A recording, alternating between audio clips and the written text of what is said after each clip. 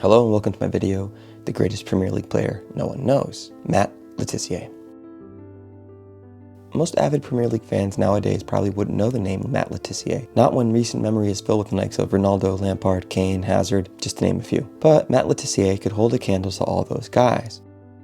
Perhaps it was the time in which he played and his loyalty to a club outside the top of the table that made him lesser known. But the skills on the pitch and highlights never lie. I myself learned of LeTissier many years ago when I first got into the Premier League. Later on, this led me to the world of YouTube where I marveled at his skills, and you should too. LeTissier was actually from the Channel Islands of Guernsey, mostly known for being a tax haven. This might also explain his French-sounding last name, as the Channel Islands often have a melding of French and English culture, owing to them being caught between the two countries.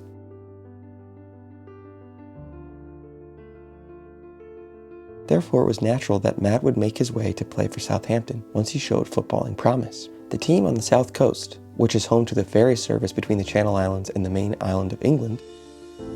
As Matt came of age in the 80s, this was before the advent of the Premier League, playing instead in the old First Division. English football had been marred by incidents of hooliganism and a ban from European football. Additionally, the style of play at that time was often long balls on soggy, torn-up pitches, not the most appealing on the eye.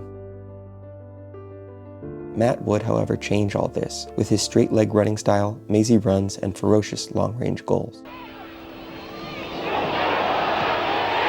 That's surely Southampton's best goal so far this season, and what talent LeTissier has!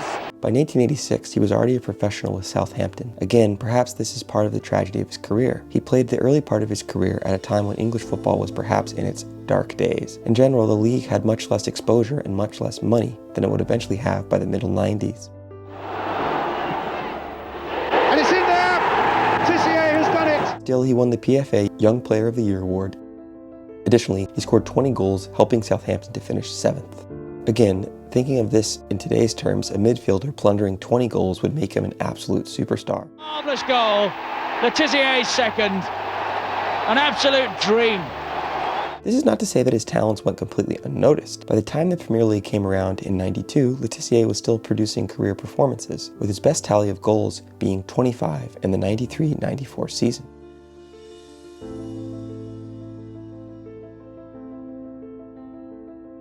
Let's take a minute just to appreciate this man's skills and some of his best goals.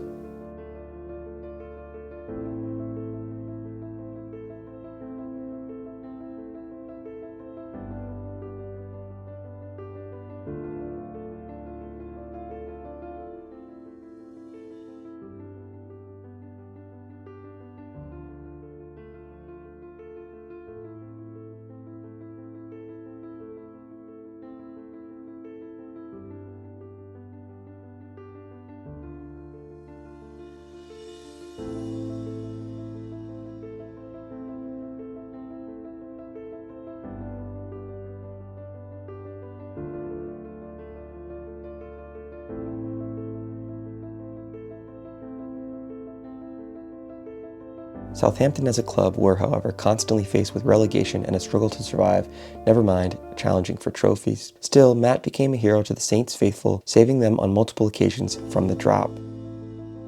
Additionally, he is one of my favorite kind of players, a one-club man that would die for his team. Around the middle 90s, bigger clubs began to sniff around for him, Tottenham, Chelsea, and Blackburn to name a few. Reportedly, pre-Roman Abramovich, Chelsea were willing to offer him £10 million for his services, at that time a record.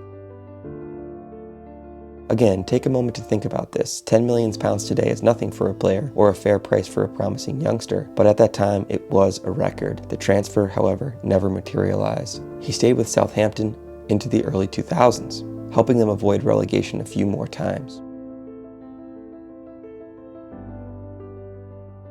Injuries, however, began to plague him in his older age and his appearances began to dwindle. It might also be speculated that he probably enjoyed living in a similar vein to most fans of the game. I'm sure he had more than a few sessions at the local pub, probably celebrating with the Southampton faithful. Perhaps in today's day and age, Matt would have been exposed to more sports science and nutrition, helping to prolong his career.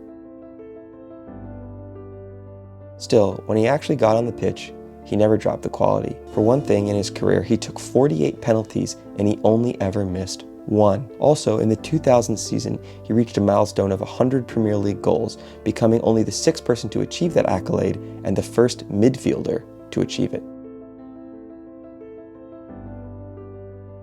Perhaps his swan song of brilliance came in the last game at The Dell, Southampton's longtime home. He came on as a sub against Arsenal and scored the winning goal. It was poetic, and perhaps one of the last great acts in his storied career. The following 2 seasons, he barely made 12 appearances before retiring from Premier League football. Later, he went on to be a pundit and still appears occasionally on TV.